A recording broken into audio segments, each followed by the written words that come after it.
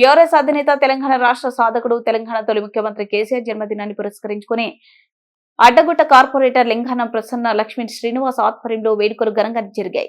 ఈ సందర్భంగా స్థానికుల నాయకులు, కార్యకర్తలు, మహిళలతో కలిసి తూకారం గేట్లోని పహడి హనుమాన్ ఆలయంలో ప్రత్యేక పూజలను నిర్వహించారు. కేసీఆర్ నిండు నూరేళ్లు ఆయురారోగ్యాలతో ఉంటారని ఈ సందర్భంగా వారు అర్చన చేయించడం జరిగింది. పూజ కార్యక్రమాల అనంతరం పార్టీ శ్రేణులతో కలిసి ఆమె ఆలయ ప్రాంగణంలో మొక్కలను నాటారు. అనంతరం కార్పొరేటర్, పార్టీ శ్రేణులు ప్రజలతో కలిసి తూకారం గేట్ చౌరసలో కేక్ కట్ చేసి వేడుకలను ఘనంగా నిర్వహించారు. స్వరాష్ట్ర కళను సాకారం చేయడంతో పాటు కోట్లాడి ప్రత్యేక తెలంగాణ రాష్ట్రాన్ని తీసుకొచ్చిన ఘనత మహానేత కేసీఆర్ కి దక్కుతుందని ఆమె అన్నారు. అంతేకాకుండా రాష్ట్రాన్ని అన్ని రంగాల్లో అభివృద్ధి చేసిన గొప్ప నాయకుడు కేసీఆర్ అని ఆమె కొనియాడారు.